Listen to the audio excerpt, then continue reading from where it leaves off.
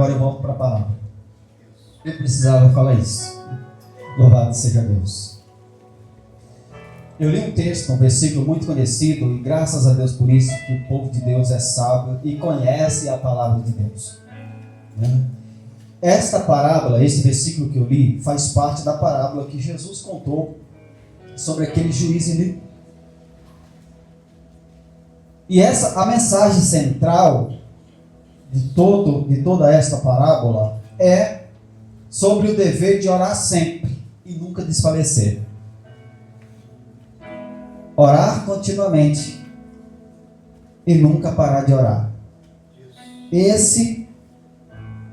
Essa é a mensagem central desse assunto que a gente leu hoje. Tá bom? Aqui no finalzinho, Jesus, na conclusão, é que tem um texto que nós lemos, que tem a pergunta: quando, porém, vier o Filho do Homem, porventura, achará fé na terra? É uma pergunta. E essa pergunta é: quando Jesus voltar, vai encontrar aqui na terra pessoas de fé? É uma excelente pergunta. E quando a gente fala sobre fé, qual é a primeira pessoa que vem na nossa mente? Quem é o pai da fé? Abraão.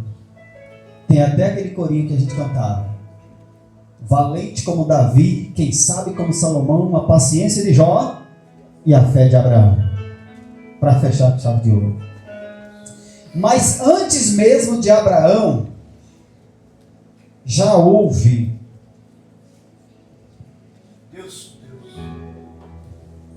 o que eu considero uma grande atitude de fé. A gente vai voltar lá no texto. De quem que eu estou falando? De Noé. Estou falando de Noé. Você não vai dormir não. Eu falo mansamente assim, não sou avivalista, mas se você cochilar, eu vou pedir para o irmão que está do teu lado: desacorda aí, pelo amor de Deus, que precisa de uma porção mais da palavra. Amém? Glória a Deus. Irmãos, no capítulo 6, melhor, vamos ler no capítulo 7 de Gênesis, no versículo 16, está escrito assim, ó: e os que entraram, macho e fêmea de toda a carne entraram, como Deus lhe tinha ordenado, e o Senhor fechou por fora.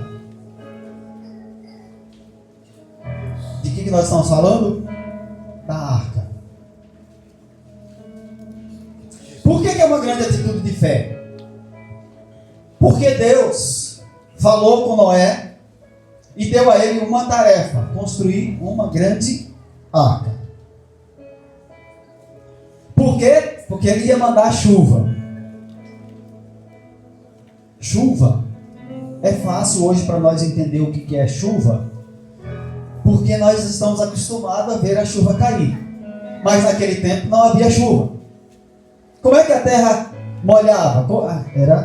Subia o vapor da terra, a água minava, a água subia de lá dos lençóis freáticos e regava a terra.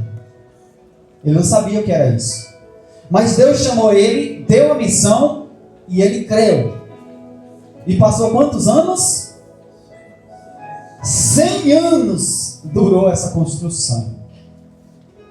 E lembra que eu falei que é sobre o dever de orar sempre?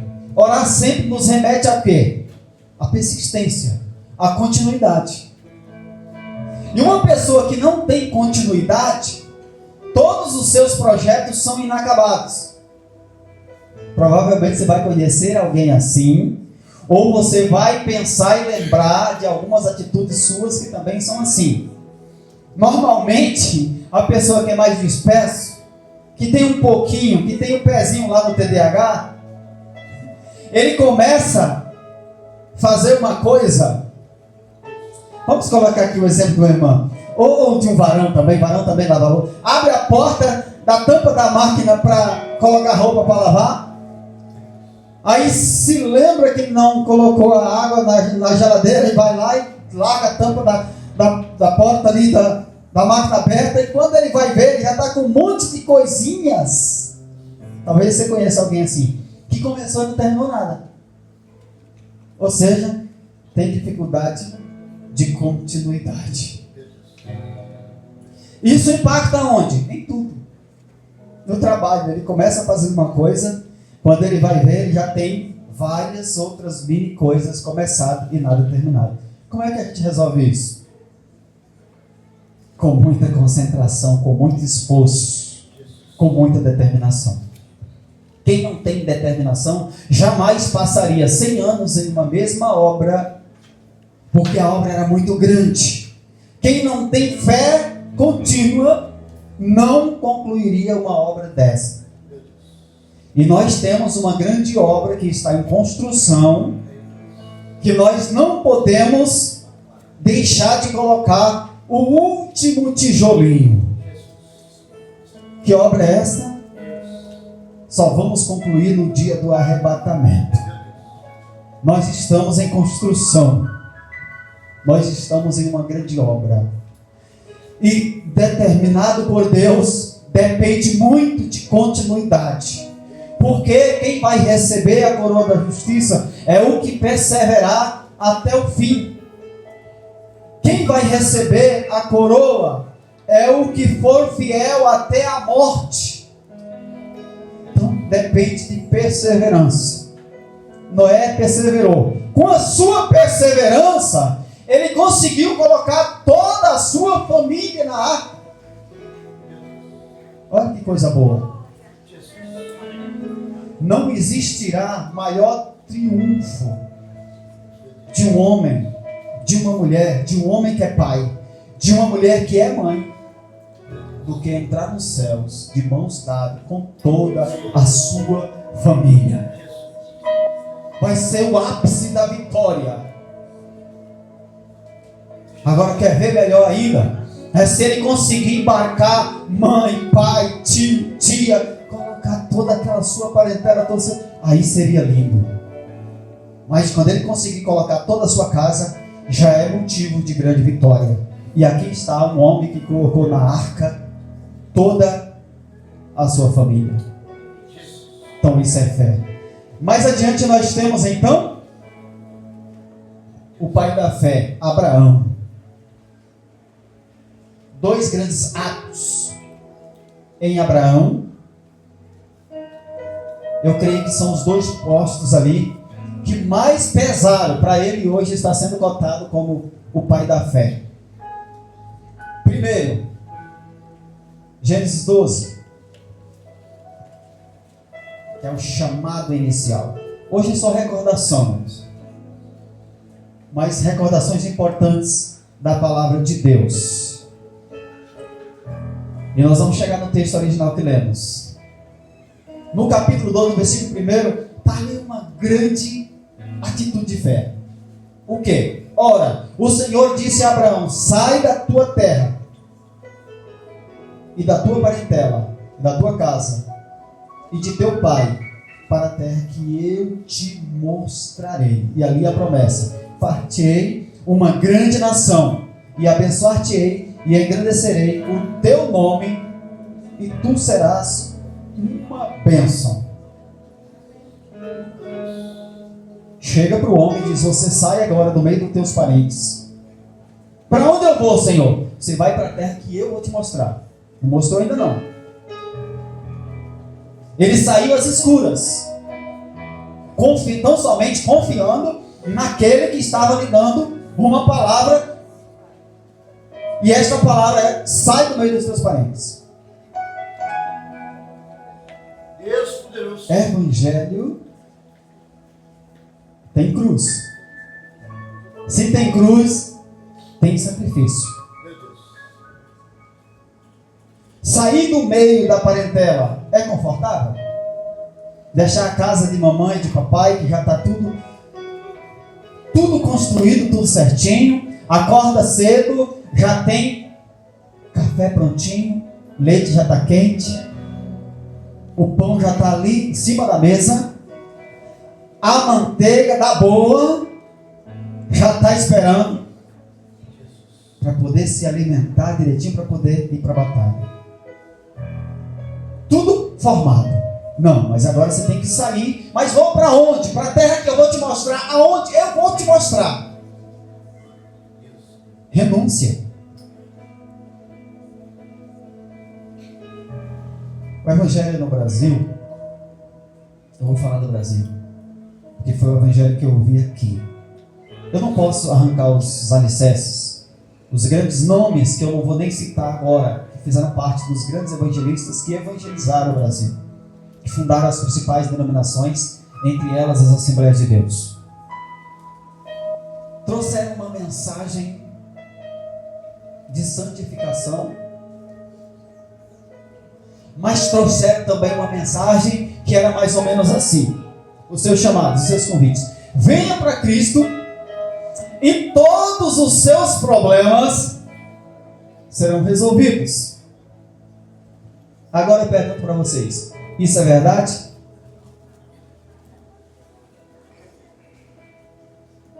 Se tiver alguém do nosso meio que a partir do dia que você levantou a mão e aceitou Jesus, todos os seus problemas acabaram, vem até a mim, pelo amor de Deus, e me ensina, que eu preciso aprender também. Eu quero que todos os meus problemas acabem imediatamente. E os chamados dos teleevangelistas juntam num pacote todos os principais problemas que afligem a nossa nação brasileira, que desemprego, doenças, vícios, dificuldade no casamento. Junta numa grande propaganda e diz: vem, porque Deus vai resolver estas situações. Um grande combo da fé, e atrai então a todos com essa mensagem. Essa foi a mensagem que Cristo pregou? Não. Cristo pregou a mensagem que diz assim, ó: no mundo tereis aflições.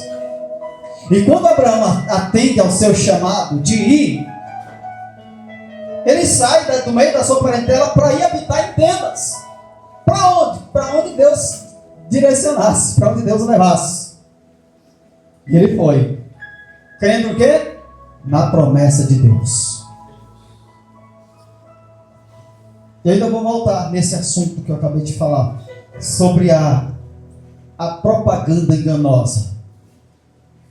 Louvado seja Deus. Qual foi o resultado de Abraão? Lá à frente, Deus requer dele uma outra atitude de fé que nós conhecemos muito bem. É quando Deus pede que ele sacrificasse aquilo que ele mais amava. Tinha a promessa de ser pai de uma grande nação. A sua esposa era estéril, que agora complicou.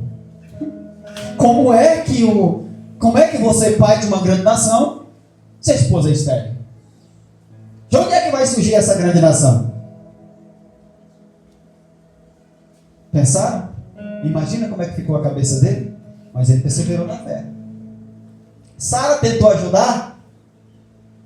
Sara desistiu. Sara se convenceu de que para ela não tinha jeito, que ela não geraria um filho. Era a esposa do pai da fé. Já era avançada de idade. Desistiu. Então vamos dar uma forcinha?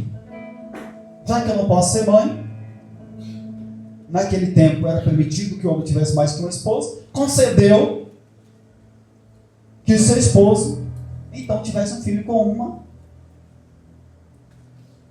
das suas servas. Deu problema. Quando a gente acha que Deus está demorando demais e resolve querer dar uma forcinha para Deus, dentro daquilo que ele chamou, daquilo que ele prometeu, vou usar uma palavra moderna, uma frase mais moderna assim, ó: vai dar ruim.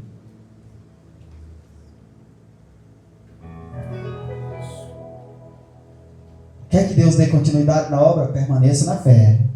Permaneça na vocação que foi chamado.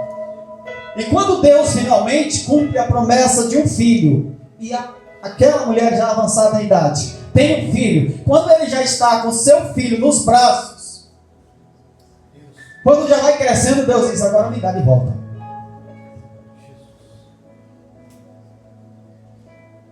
Me dá de volta. Como? Sobe o monte e me oferece como sacrifício.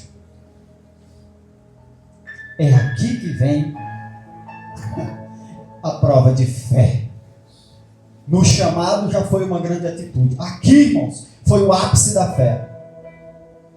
Não pôde falar para sua esposa, que se falasse, ela não ia deixar ele subir aquele monte com seus funcionários, com seus servos, com o menino debaixo do braço montado no seu animal.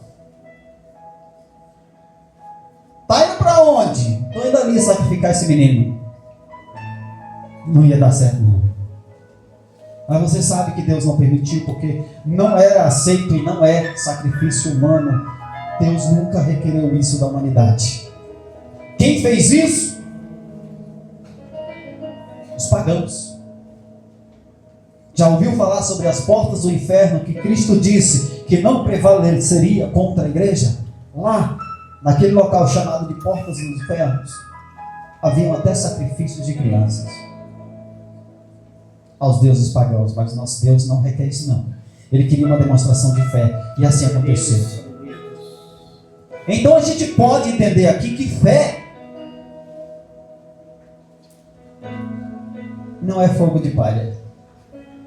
A fé verídica, ela pode trazer algumas provações, mas aquele que permanece na fé, ele alcança de Deus resposta. E sobre esta mensagem que nós lemos, Jesus traz uma parábola maravilhosa. Vai dar tempo. Aqui foi até que foi só a introdução. Louvado seja Deus. Mas vai dar tempo. Lucas 18. Onde nós lemos? No capítulo 18, Jesus conta uma parábola sobre o dever de orar sempre e nunca desfalecer. Orar sempre e nunca desfalecer. O que é orar sempre e nunca desfalecer? Quer dizer então que o crente nunca vai desanimar? Mesmo desanimado, não pode desistir. Como é que é? Essa mulher enfrentou uma situação das difíceis de suportar. Inclusive nós, os brasileiros, temos muita dificuldade de ouvir não. Quer ver? Eu gosto muito da liturgia, da oratória do já falecido professor Ariano Suassuna. Ele disse que o brasileiro ele tem dificuldade de dizer não. Aí ele contou ali uma ilustração. Ele disse assim: convide alguém para uma festa que você vai dar na sua casa. Brasileiro. Ele já sabe que não vai. Mas ele vai dizer assim: vou fazer o possível para ir, mas não sei se vai dar. Pode esquecer, tá? Esse não vai. Esqueça. Pode anotar lá no seu caderno se você vai, o que você vai precisar comprar. Não, já arrisca. Porque a gente tem dificuldade de dizer não. Diz que lá fora, principalmente os portugueses, diz que são literais. Fala, você vai? Não, não vou. Porque não, já tem um compromisso. E pronto, acabou, está tudo resolvido. Mas nós temos dificuldade de ouvir não. Essa mulher aqui tinha uma causa difícil. O infeliz do juiz que julgaria a causa dela era um homem arrogante. Ele não temia Deus, nem respeitava os homens.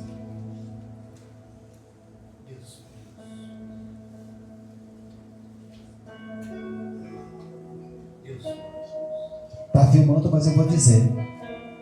Eu vou dizer assim mesmo. Diz que 99% dos juízes pensam... Mentira. 50% dos juízes pensam que são Deus. E os outros 50% têm certeza.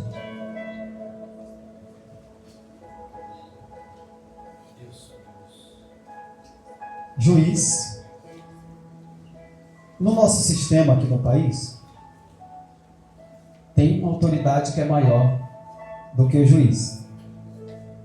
É a Constituição Federal. O juiz tem a obrigação de julgar segundo o que manda a Constituição Federal e cada lei de acordo com a área determinada. Trabalhista, civil, criminal, por aí vai. No caso, essa mulher tinha uma demanda. Tinha que ser esse juiz para julgar a causa. Mas o camarada não temia Deus, nem respeitava os homens. Mas ela ia. Era viúva. Batia na porta do juiz, faz justiça contra o meu adversário. Faz justiça contra o meu adversário. Aqui dá um... Se o juiz, toda vez que alguém fala para mim assim, ora por mim, porque eu tenho uma causa na justiça e a audiência vai ser tal dia, eu oro. Como eu não conheço o teor do processo, por exemplo, se você tiver uma causa contra... Tem uma demanda trabalhista. Aí você tem uma causa contra um empregador. Aí você chega em mim e fala assim, ora por mim porque eu vou ter uma audiência tal dia. Por uma causa que eu tenho contra o meu ex-patrão. Sabe como é que eu vou orar? Cuidado. Porque eu vou orar assim, Jesus, faça justiça naquela causa. Ilumina a mente do juiz para que a resposta, a decisão seja a decisão correta, a decisão justa. Se você for injusto com seu patrão, vai dar ruim para você. Agora, se o patrão for injusto com você, vai dar ruim para ele. Porque Deus não vai ter o inocente por culpado e vice-versa. Então, como eu não conheço, se eu conhecer e souber já de cara que você é a pessoa justa daquele lado da balança, eu vou orar, Jesus, faça justiça aqui em favor dela, porque ela está correta neste caso aqui. É o tal do julgar sem conhecimento de causa, ou com conhecimento de causa. E esta mulher ia diante desse juiz e pedia que fizesse justiça contra o adversário dela. Então ela sabia que estava certa. E para Jesus ter concordado com isso, eu acredito também que ela era a pessoa injustiçada naquela situação. Pena que o texto não traz mais detalhes para a gente poder trabalhar, né? Mas já tem o suficiente. Louvado seja Deus. No versículo 4, e por algum tempo não quis. Por algum tempo não quis. Ou seja, ela ia lá, ela ia até aquele juiz, pedia insistentemente, mas a resposta era negativa. Ela ia de novo, a resposta era negativa. Sabe quem viveu algo semelhante, só que em assuntos diferentes? A mulher que ficou conhecida como a mulher que tocou na orla das vestes de Jesus, ou a mulher do fluxo de sangue. Insistiu com os médicos, mas só teve vitória quando encontrou com Jesus. Mas ela foi insistente. Onde é que elas são parecidas? Na insistência. E a insistência é algo mais das mulheres. As mulheres são insistentes. Persistentes no propósito. Resistentes. Resilientes. E continuam de novo. E acreditam de novo. Mas quando elas desacreditam, ai, ai, ai, ai, ai, não tem campanha de 7 dias de jejum que vai fazer o coração amolecer de novo, viu? Quando elas decidem, cuidado, varões, glória a Deus. Essa mulher insistiu. O que é isso? Se Jesus falou que é sobre o dever de orar sempre e nunca desfalecer, essa mulher pediu. Essa mulher insistiu. E essa mulher insistiu de novo. Escute com atenção, porque se você está escutando com atenção, você está ouvindo Deus dizer que não é hora de parar. Que você precisa continuar clamando. Precisa continuar batendo na porta. Mas disseram não. Continue orando. Se é sobre orar, continue orando. Continue pedindo. Continue insistindo. Sabe por quê? Esse juiz era injusto.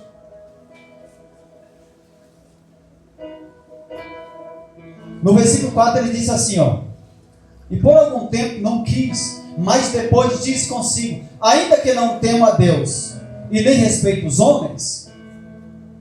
Esse camarada ainda reconhecia que não temia a Deus e nem respeitava os homens. Era arrogante mesmo. Irmãos, é difícil tratar com pessoas arrogantes. Espero que você nunca tenha tido essa triste experiência. É difícil lidar com pessoas arrogantes, soberbas. Só Deus para dar paciência para a gente não sair do espírito, viu? Só Deus. Louvado seja o seu nome.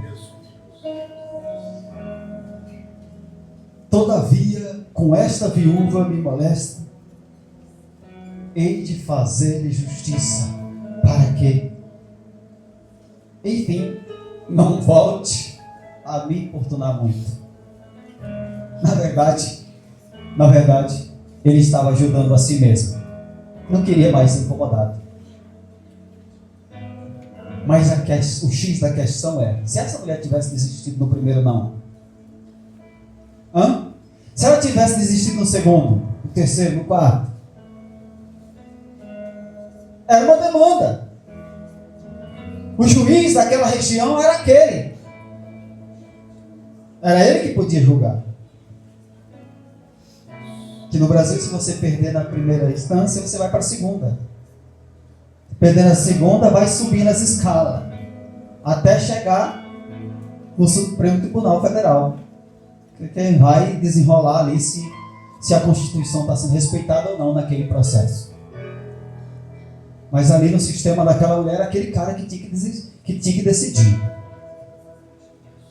No nosso caso, tratando sobre oração, quem vai decidir a nossa causa é o juiz supremo, o Deus de Abraão, de Isaac e Jacó, o Deus dessa igreja.